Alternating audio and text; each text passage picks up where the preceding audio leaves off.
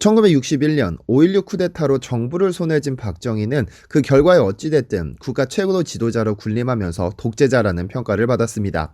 때로는 자신의 힘으로 아랫사람을 누르기도 했고 자신의 심기를 거스르는 이들은 가차없이 내치기도 했죠. 그래서 독재자라고 불렸는데요. 그런데 현재 필리핀은 박정희만큼이나 독재자로 군림하는 인물이 대통령 자리에 앉아 있습니다. 바로 로드리고 두테르테 대통령이죠. 실제로 두테르테는 대통령으로 취임할 당시 아까 싸우는 독재자가 되겠다면서 취임 6개월 내에 부패를 뿌리 뽑지 못하면 사퇴하겠다며 범죄와의 전쟁을 선포하기도 했죠. 그런데 그의 통치력이 너무 과감했던지 필리핀 내에서는 그의 사퇴를 촉구하는 시위가 열리기도 했고 미국 국가정보원은 비밀보고서를 통해 두테르테는 독재자라며 민주주의를 위협하는 인물로 규정하기도 했습니다. 사실 두테르테는 겁이 없는 정도가 아니라 일종의 사이코패스적인 성격을 가졌습니다. 상대방이 어떻든 일단 이를 저지르고 보는데 세계 2위의 군사력을 가진 것으로 평가되는 중국에게 남중국해를 함부로 건드렸다가는 전쟁을 각오해야 할 것이라며 전혀 기죽지 않는 모습을 보이기도 했죠. 그런데 두테르테가 정치적인 생명을 내걸고 추진하는 사업을 한국이 반드시 도와줘야 한다며 긴밀한 부탁을 해왔는데요.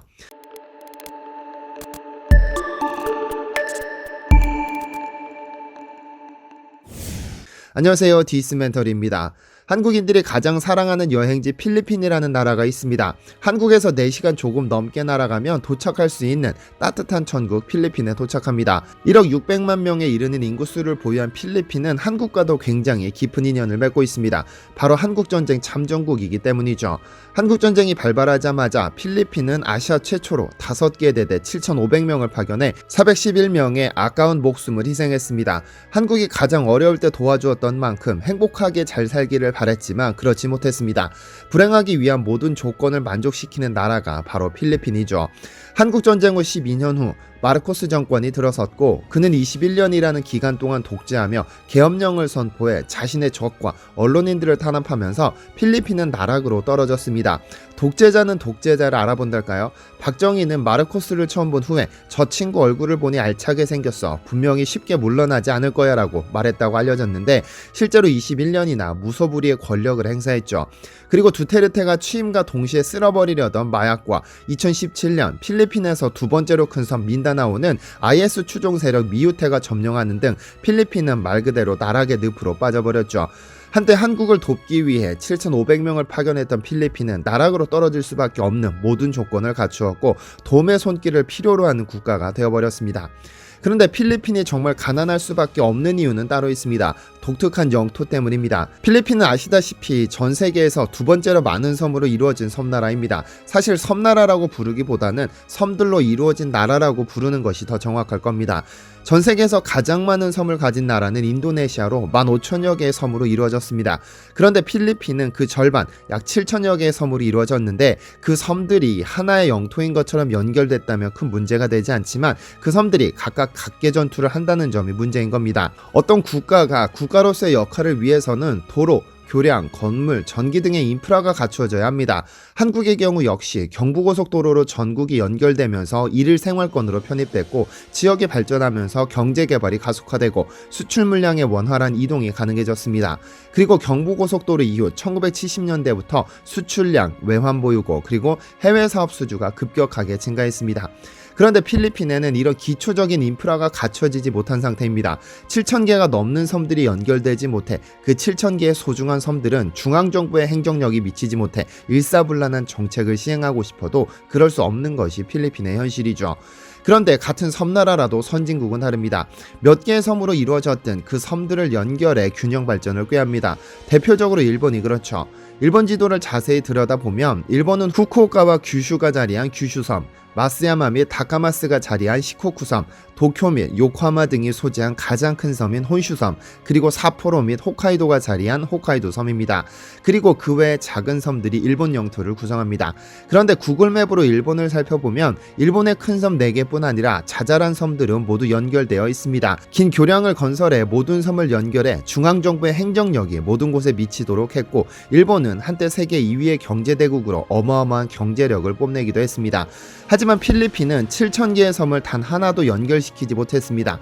우선 필리핀이 현재 각계 전투의 문제점을 해결하기 위해서는 수도 마닐라가 속한 루손섬부터 사마르 섬까지, 그리고 사마르 섬에서 민다나오 섬까지 교량으로 연결하면 북에서 남으로 이어지는 대형섬 3개, 즉 국토의 80%가 모두 연결됩니다.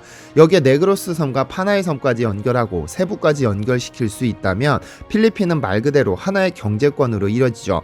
이런 문제점을 인식했던 것인지 두테르테 대통령은 대통령으로 취임하면서 이 문제를 해결하고자 장대 교량 건설을 추진했습니다. 섬과 섬을 연결하는 것이 필리핀의 미래라며 거대한 계획을 세웠죠. 그 첫 테이프로 마닐라 바로 아래에 자리한 카비테와 바탄을 연결하는 34km 구간의 교량을 건설할 것을 계획했는데요. 만약 그 교량이 세워진다면 지금까지 200km가 넘는 거리를 가기 위해 마닐라를 통과하는 등 2시간이 넘는 시간이 필요했지만 이제는 15분으로 단축되기 때문에 상당한 경제적 이점이 있죠. 그래서 두테르테는 3조 4천억 원의 설계비 700억 원의 천문학적인 비용을 투입시켜 사업을 추진하기로 결정했는데요. 이 계획이 밝혀지자 해상 장대교량 기술력을 가진 전 세계 모든 엔지니어링사가 필리핀으로 몰려들어왔고 치열한 수주 경쟁을 시작했습니다.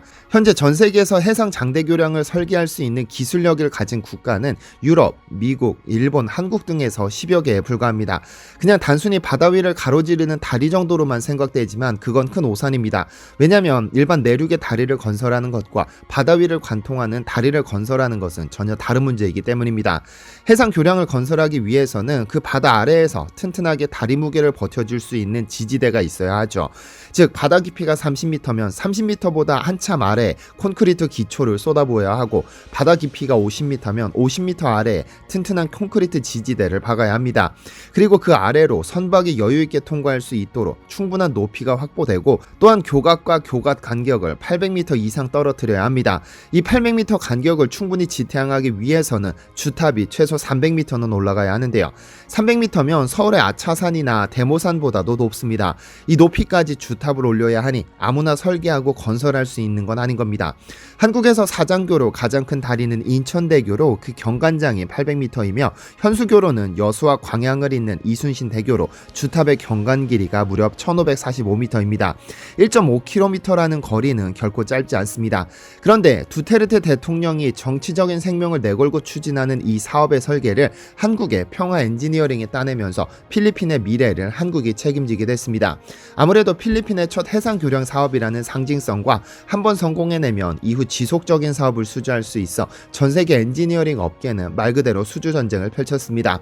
전 세계 네로라 하는 10여 개 엔지니어링 업체가 컨소시엄을 구성해 참여하면서 사업 수주에 목숨을 걸었죠. 그렇게 경쟁 입찰이 시작됐죠.